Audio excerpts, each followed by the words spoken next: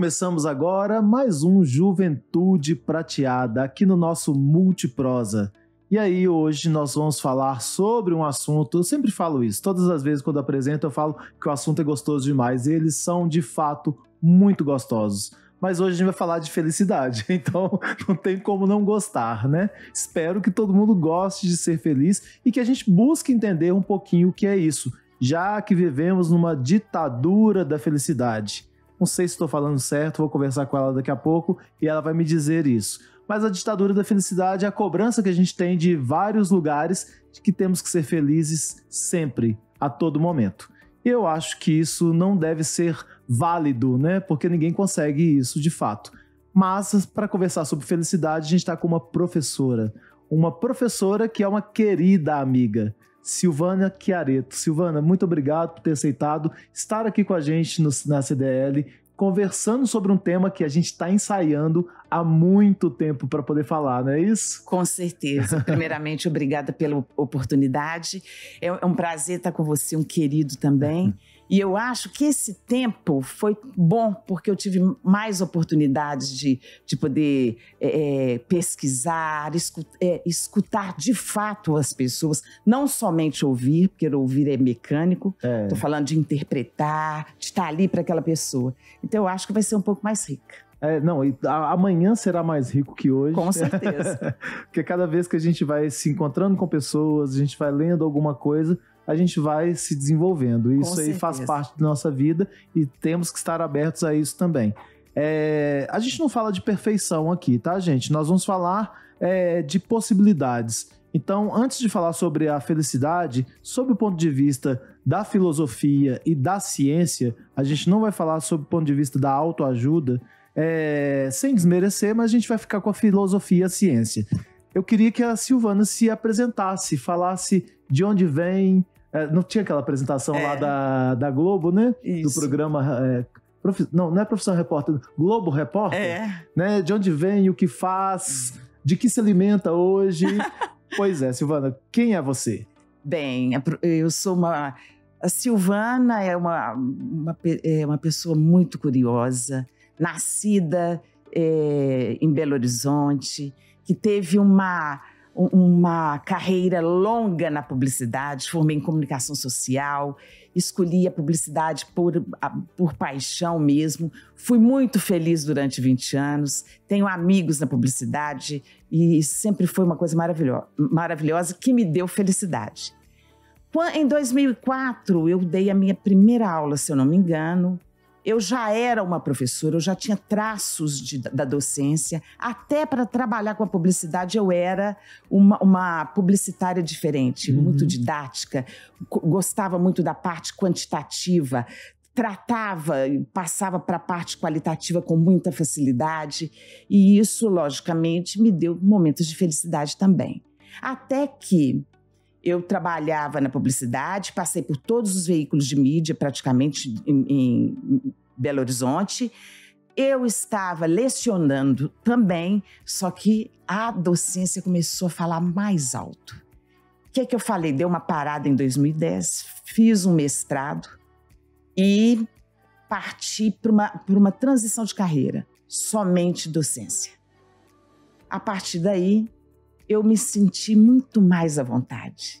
Eu sempre vou amar a publicidade, mas hoje, sempre que eu vou me apresentar, eu falo a professora Silvana Chiaretto, porque eu adoro a docência, eu amo a educação e eu acho que a educação é a única esperança que nós temos para um mundo digno, sustentável, um mundo inclusivo, um mundo mais feliz, vamos dizer assim, mas a gente vai discutir sobre isso.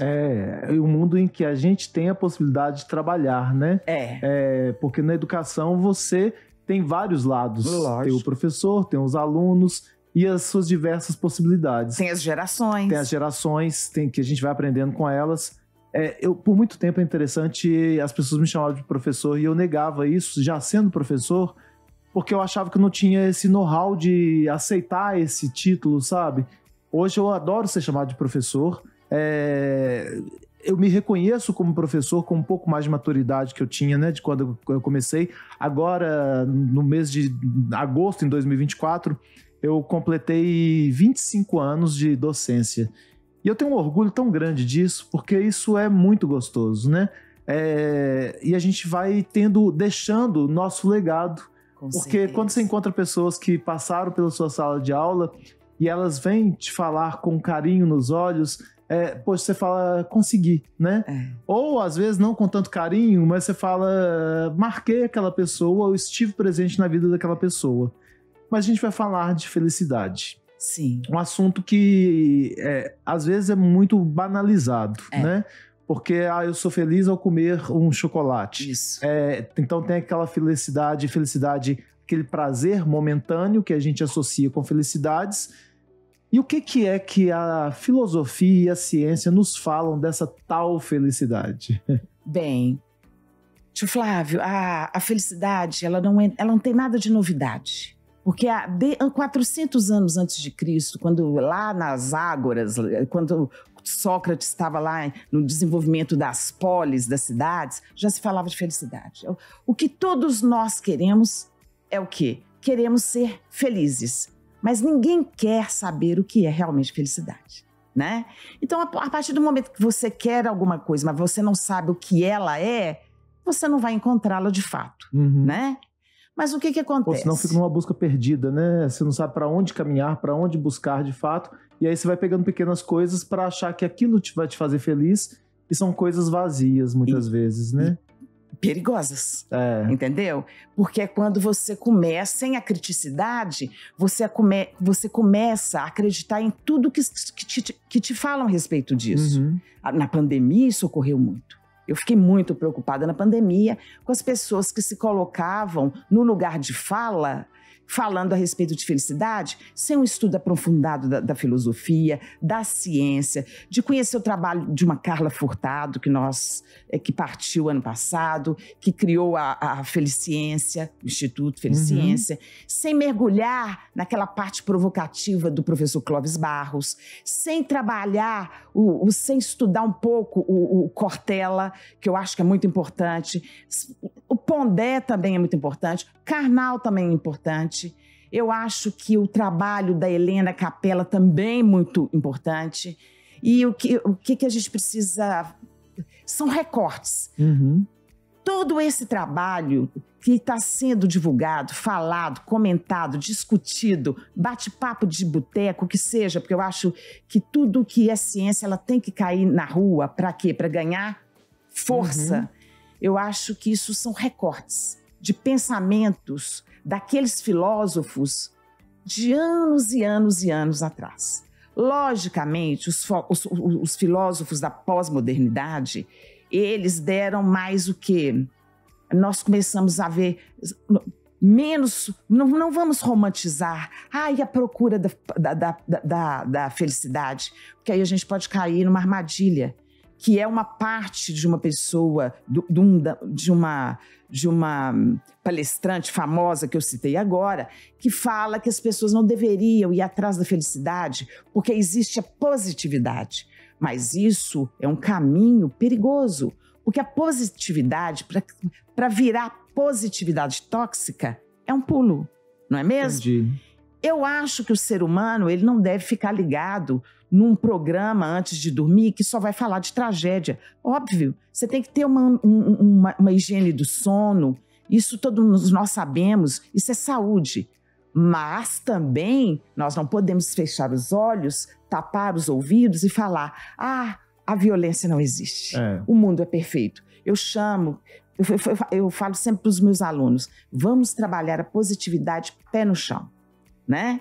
E não aquela positividade poliana, que eu tenho certeza que a grande maioria dos alunos da geração Z não sabe. Poliana era uma personagem que há de um livro maravilhoso, muito comentado na década de 1960, nesse meio, 1970, e que o mundo era perfeito. E o mundo não é perfeito. Não é perfeito. Né?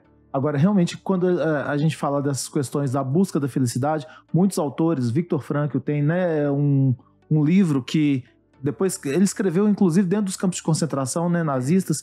Ele era um psiquiatra, criou uma escola chamada logoterapia, da psicoterapia, E ele falava justamente da não busca da felicidade, né? Porque a felicidade, ela não é uma busca, ela é um encontro. É um encontro. E esse encontro não é essa busca contínua que a gente tem, mas é de se conhecer de fato. Eu tô até colocando um pouquinho a mais no que ele fala, mas casando também com outros autores que nos dizem muito pé no chão de que a felicidade, ela não é algo estável, né? A nossa vida, nós vamos buscando, nós vamos tendo momentos de felicidade, mas a gente tem as infelicidades, a gente tem as dores, a gente tem as perdas, né? Então a gente acha que a minha busca é de uma felicidade contínua. Era Rumi que eu queria falar. Rumi, que é um poeta do século XIII, ele falava que a gente não tem que sair em busca da felicidade. A felicidade mora em nós, a gente tem que achar as barreiras que nós construímos para poder derrubá-las e deixar a felicidade fluir. Então você tem a filosofia que já fala para a gente da felicidade. Há uma diferença daquela felicidade furtiva do hedonismo para a felicidade da eudaimonia, que está ligada ao espírito, né? Esse hedonismo, o que é isso? A gente até hoje, quem estuda a felicidade, a gente hoje quer deixar bem claro que felicidade é alguma coisa, prazer é outra, né? O prazer, agora, eles têm uma conexão, porque a felicidade, assim como o prazer, os dois são efêmeros, né? Os dois são passageiros. Então, hoje, inclusive pelo estudo da logoterapia, que é onde dá uma chamada para a gente, para a razão, para parte da nossa racionalidade. Nós passamos muito tempo falando da felicidade, usando o lado direito do cérebro, da criatividade, da emocionalidade, dos nossos sentimentos. Mas a felicidade, para que a gente discuta, você precisa do lado esquerdo do cérebro, que vai te falar da lógica, que vai te falar sobre a coisa esquemática. A gente precisa disso.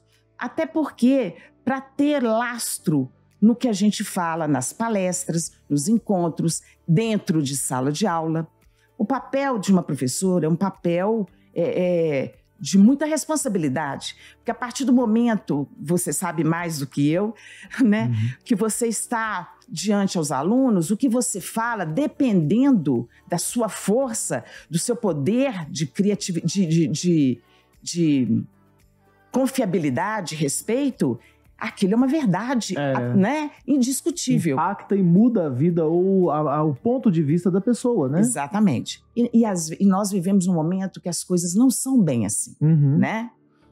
Bem, eu acho importante colocar o seguinte, Flávio. Nós temos quatro pilares na nossa vida. Nós temos o primeiro pilar, que é o pilar da família, é o pilar dos relacionamentos. A gente tem que ser feliz com a família que a gente tem. A família é um coletivo de pessoas o quê? Complexas, incompletas, nós somos complexos, vamos ser sempre. Então, nós não podemos querer uma família perfeita porque ela não existe. Aí você vira e fala assim, eu sou infeliz, só um instante. Vou até aproveitar esse momento aí. Tem uma pesquisa de Harvard, que você já conhece, que é uma pesquisa antiga, desde 1932, que vai falando justamente sobre dar foco aos nossos relacionamentos, né? Essa pesquisa vai mostrando pessoas que aos 18 anos foram pesquisadas e aos 90 anos foram ouvidas novamente, e aquelas que aos 50 descobriram que os relacionamentos, se fossem investidos, daria mais qualidade de vida ao envelhecer, teriam investido mais nesses relacionamentos. Então, você está falando aí de um relacionamento que não é perfeito, porque a gente falou, não vai ser perfeito, né? Não busque uma vida perfeita, porque ela não vai ter, e aí vai te provocar uma infelicidade pela frustração. Mas como que é importante a gente olhar para as questões familiares e tentar resolvê-las pra gente, né? Aceitar. E as questõezinhas que estão abertas, a gente tentar fechar. Com certeza, né? Aí o que eu falo? Esse primeiro pilar, que é o pilar do relacionamento e da família, tem a contra-inteligência. O que é a contra-inteligência? É quando você quer uma família perfeita. Aí você vira e fala com uma pessoa, poxa, eu sou infeliz. Por quê? Porque minha família, ela é 80% legal e 20% ela não é legal. O que acontece? Você se apega aos 20% de um relacionamento, vamos supor, né? E você se separa pelos 20%. Isso é contra-inteligente. Você tem 80% dele bom. né? Eu brinco que em sala de aula, quando você tem 40 pessoas acordadas e dessas 40, uma dorme, o professor às vezes fica irritado com um que dormiu sem considerar que 39 estão acordados. Exatamente. Né? Se os 39 e os 40 dormirem, aí há um problema. Eu acho que você tem que dormir junto, né? Porque, ou se não acordar. Exatamente, né? Despertar. Porque algum problema tem. Mas a gente às vezes se apega de fato ao que é mínimo. E o mínimo toma uma proporção muito grande na nossa vida, né? Nós somos sabotadores, Sim. Né, tio Flávio? Mas isso vem por lá natureza, de trás, com certeza. Né? Eu vou falar dos pilares para falar sobre a reflexão. Bem, no segundo pilar eu coloco a saúde mental e física. A saúde mental, que era antes da pandemia, você não falava com todo mundo que você ia procurar um psiquiatra, que você precisava de procurar um psicanalista ou um psicólogo, ou dividir um problema, que quanto mais você divide, menor ele fica. Por quê? Porque a nossa sociedade, ela taxa, é um estigma, né? Se você falar que passou por um psiquiatra. Uhum. Tem o lado bom da pandemia. A partir da pandemia, isso explodiu. Todo mundo fala hoje claramente, sem nenhum tipo de limite, que procurou um profissional. Gente, isso deveria ter... Quantas pessoas sofreram, não é mesmo? Uhum. Se você procura um dentista para olhar seus dentes, uma dermatologista, uma pessoa para olhar o seu intestino, por que você não vai procurar um profissional para olhar o quê? Para te ajudar a procurar um caminho onde você vai sofrer menos. Porque, na verdade, o mundo é muito mais caos. É igual o Cortella fala, o mundo, ele não precisa ser aquela casa tão arrumadinha que parece que ninguém vive nela, mas também não pode ser o caos, é o caminho do meio. 4.000 anos antes, quem falava? Buda. Exatamente. Nesse pilar que tem a saúde mental, entra também a saúde física. Né? Eu acho, hoje, os cientistas, isso já está comprovado, o quanto que uma caminhada melhora seu estado de espírito. O que você fez hoje de manhã? Pilates, né? Que eu amo Pilates.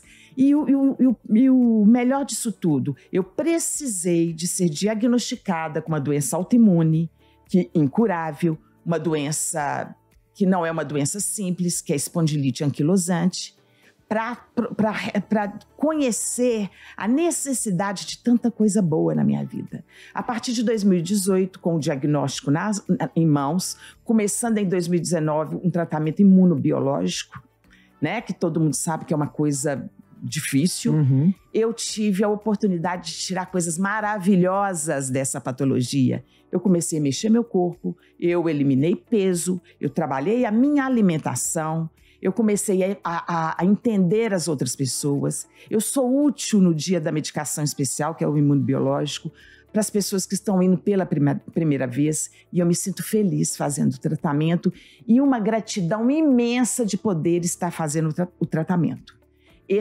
O meu tratamento imunobiológico eu faço pelo um plano de saúde particular, mas ele também tem no SUS. Pode demorar um pouco, mas também tem.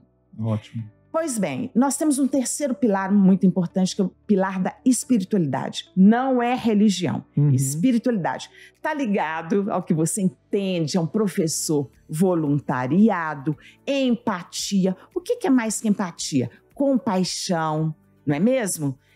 Síndrome do impostor. Está tudo ali ligado à espiritualidade. Gratidão. Muito mais amplo, né, do que a gente imagina. Muito mais. A gente coloca na casinha da crença, né? Exatamente. E eu fujo da religião, porque eu acho que religião é uma coisa singular, é uma particularidade.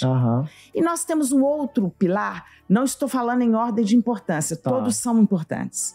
O quarto pilar, o último que eu vou falar, eu coloquei na palestra, ou na sala de aula, eu chamava de empregabilidade. Depois, estudando, aprofundando, eu vi que o nome trabalhabilidade era mais correto.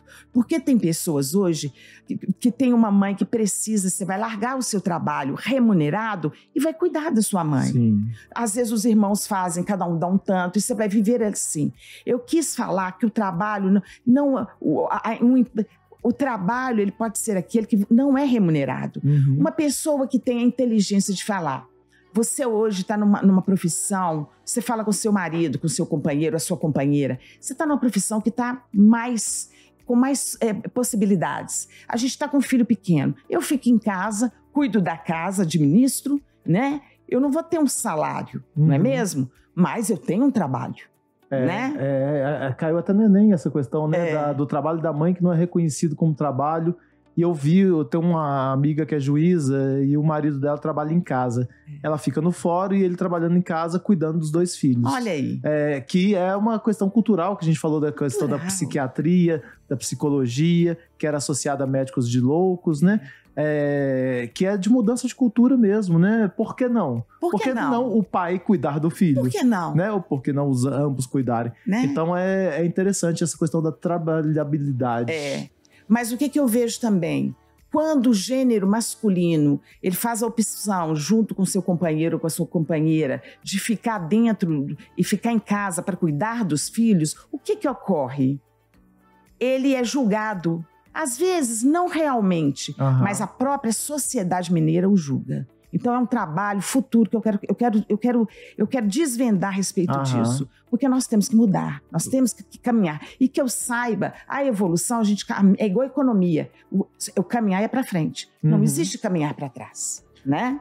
Então, me fala o seguinte, já que a gente já está aí aproximando do nosso fim, me dá uma receita de felicidade. Bem, não tem. O que eu poderia falar é o seguinte: as pessoas procuram sempre os pilares alinhados. Eu vou ser feliz quando eu estiver feliz em todos os 4 pilares. Excelente isso. E nossa vida não são pilares alinhados. Nossa vida é muito mais uma montanha-russa do que pilares alinhados.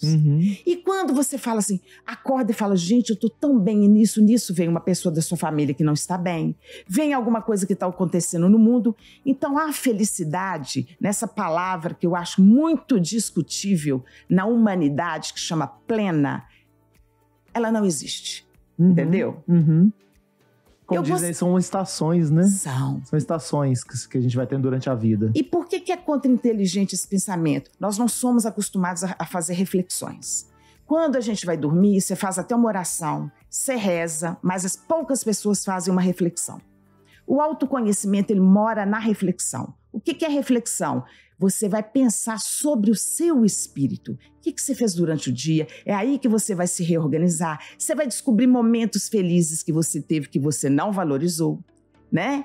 E você vai ser uma pessoa que, para mim, é mais importante que a felicidade, que talvez a gente possa falar numa outra oportunidade. Você vai ter paz de espírito. Eu posso ter tido uma perda que doeu muito, como eu tive no final do ano passado, meu irmão partiu. Mas eu tinha paz de espírito. Eu não tinha felicidade, mas partiu tinha de maneira abrupta ainda, né? Que ainda complica a questão. E que você fala dessa paz é justamente o seguinte, quando não é uma morte anunciada, né? É uma morte abrupta. Mas essa paz de espírito, ela é realmente fundamental. Isso é que a gente tem que entender, né? Exatamente. E que às vezes nem é buscar também. É compreender onde que ela está dentro de nós, exatamente, né? Para que a gente possa desenvolvê-la. Um trabalho de autoconhecimento. Sim. Que exige maturidade. Eu não vou falar agora sobre o CNC. Vamos, professora Silvana vai fazer 60 anos em novembro do ano que vem. Ela tem mais possibilidade de ter maturidade do que uma geração Z? Tem, mas nós temos hoje, é só ter um outro olhar. Nós temos hoje jovens que têm uma maturidade. Sim. Entendeu? Sim. E a maturidade é que vai te levar ao autoconhecimento. E no autoconhecimento é que você vai notar quantas vezes você foi feliz naquele dia, mas você não estava isso, não, né? Ou senão você não estava ali também. A gente tem muitas felicidades que a gente não tá nelas, né? Exatamente. E aí a gente tá na reclamação, por que não me acontece isso? Eu vi uma vez uma pessoa falando isso, que tava alguém no celular acessando as notícias, falando, nossa, não tem nada de bom. E atrás na janela o entardecer, né? Então é esse despertar mágico, que é maravilhoso, né? Você tem a possibilidade, você mora numa casa, de ver a roseira florir, né? E por aí vai.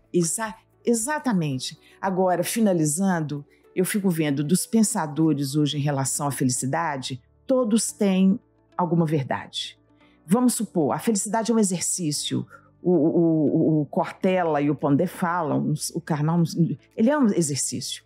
É um exercício diário. A felicidade, ela não vem para ficar na sua vida o resto da vida. Primeiro, porque ela é mutante, mutável e ela é temporal. O que é felicidade para mim hoje não é amanhã. Sim. O que é felicidade para Silvana não é para o tio Flávio, né? Ela é mutante, mutável. Agora, o que a gente tem que ver? Dalai Lama, ele escreve... Essa parte do Dalai Lama é uma parte que eu tenho muita... Eu acredito muito nisso.